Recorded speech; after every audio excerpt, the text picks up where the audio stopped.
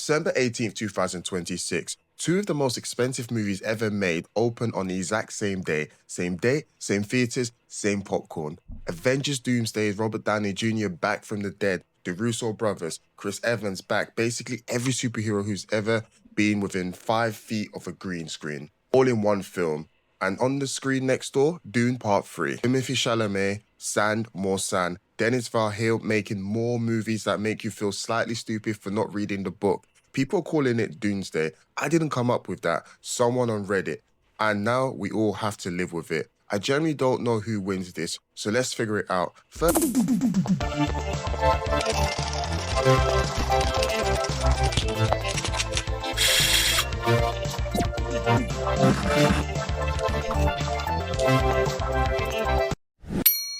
First, how did we get here? Because nobody planned this. Avengers Doomsday was originally supposed to open May 2026, then the writer's strike happens. Then it moved again, then Marvel looked at the calendar, saw Dune had already claimed December 18th and said, and I'm paraphrasing here, yeah, that's fine, we'll just go there too. Dune didn't move, Marvel didn't move, nobody blinked, which is either incredibly confident or the studio equivalent of two people walking towards each other in the corridor and neither one stepping aside. Oh, funny meeting like this, isn't it? Yeah. Oh, sorry, I'm just trying to get past that. It's just a bit pushy. Yeah, I know it is, isn't it? I'm just trying to get through them. I've really got places to go. We've all been there. It's awkward for everyone. The thing is, this isn't Barbenheimer. Barbie and Oppenheimer worked because they were completely different films for completely different people. A woman who wanted to cry about plastic and a man who wanted to cry about physics. This is two sci-fi epics going after the same audience on the same day. There is a genuine overlap here, and someone is going to blink. First at the box office, even if neither studio will admit it. Let's make this case for Doomsday, because on paper, it should win easily. The Russo Brothers are directing. Robert Downey Jr. is backed, not as Iron Man, as Dr. Doom.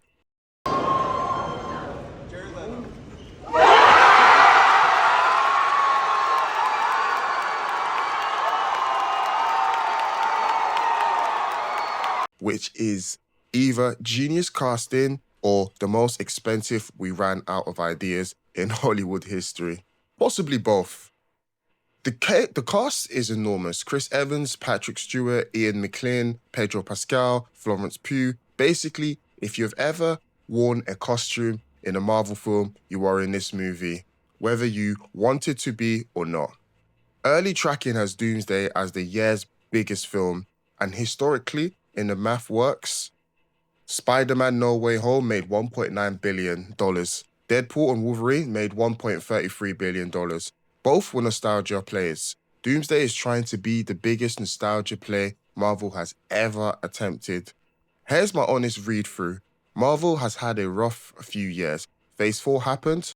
Let's be real, Phase 4 of the MCU, it felt less like a cinematic universe and more like Marvel's midlife crisis. They went from Avengers Assemble to let's throw out 18 shows and hope for the best. After Endgame, we expected a new Thanos-level threat. Instead, we got a PowerPoint presentation on multiverse drama and a CGI baby Hulk twerking. And don't get me started on the Disney Plus shows. Some of them slapped, others felt like homework. If I need a PhD to understand the timeline, something went wrong. It wasn't all bad, but it was kind of like Marvel took a gap year and experimented with weird stuff. Anyway, was Phase 4 iconic or just chaotic? You tell me, drop your hot takes in the comments. We don't need to dwell on it. The point is, bringing back Downey and Evans is clearly an attempt to remind audience why they used to care. Whether that reads as a smart course correction or a mild panic depends on when you personally checked out. Doomsday has to carry 15 years of interconnected storyline on its back. That is a lot of weight. If one thread doesn't pay off, and there are a lot of threads, the internet will find it within approximately 4 hours of the credits rolling. Now Dune Part 1 made $401 million while streaming on HBO Max at the same time, which means people paid cinema prices for a film that they could have watched at home for free. That is either a testament to Denis Villeneuve's craft or evidence that some people just really like sand on large screen. Part 2 went theatrical only and made $714 million. That's not a franchise struggling, that's a franchise accelerating. Part 3 has Robert Pattinson joining as the villain, Zendaya, Florence Pugh, Anya Taylor-Joy, Jason Momoa, and Duncan Idaho, a character who has now died and been resurrected so many times in the book that it stops being dramatic and starts being a scheduling issue. The important thing about Dune's audience is they're not casual people who saw part 2, went back and saw it again.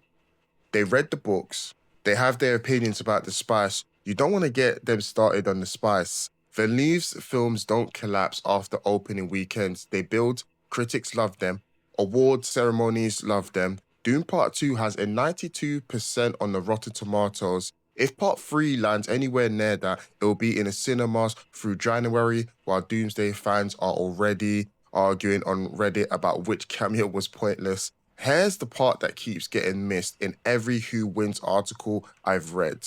Both films are probably fine. Theaters owners are not upset about this. Christmas is historically the best time to release a big film. People see movies multiple times, families go together, Doomsday's open bigger. That's almost certain. It has more casual fans, more built-in audience, more people who will go just to see if RDJ makes it work. But Dune has a longer legs, a prestige trilogy, conclusion with a director who hasn't made a bad film yet, doesn't die after week 1. It compounds Bloomberg projection, have Doomsday as the year's top earner overall. Dune sits just behind. Both cross $1 billion if they're any good. Neither one kills the other, so who wins? Box office, Doomsday, it opens bigger, it makes more money. Doctor Doom is generally one of those casting decisions where you buy a ticket just to see if the bit lands. RDJ knows what he's doing. He always knows what he's doing. That's slightly annoying, but also why it usually works. Culturally, too close to call. My actual prediction, Doomsday wins the weekend, Dune wins the conversation. Both make enough money that we're having the exact same argument again in 2028 about the next installment of both franchises, which, if I'm being honest, is probably what everyone involved is hoping for. Drop your predictions in the comments. Doomsday or Doom 3, December 18th, pick a side. I'll be covering both films as we get closer to the release. So if you want more of this, subscribe. It's free. It costs you nothing. Unlike a December ticket, which apparently now costs the same as a small appliance. See you next time.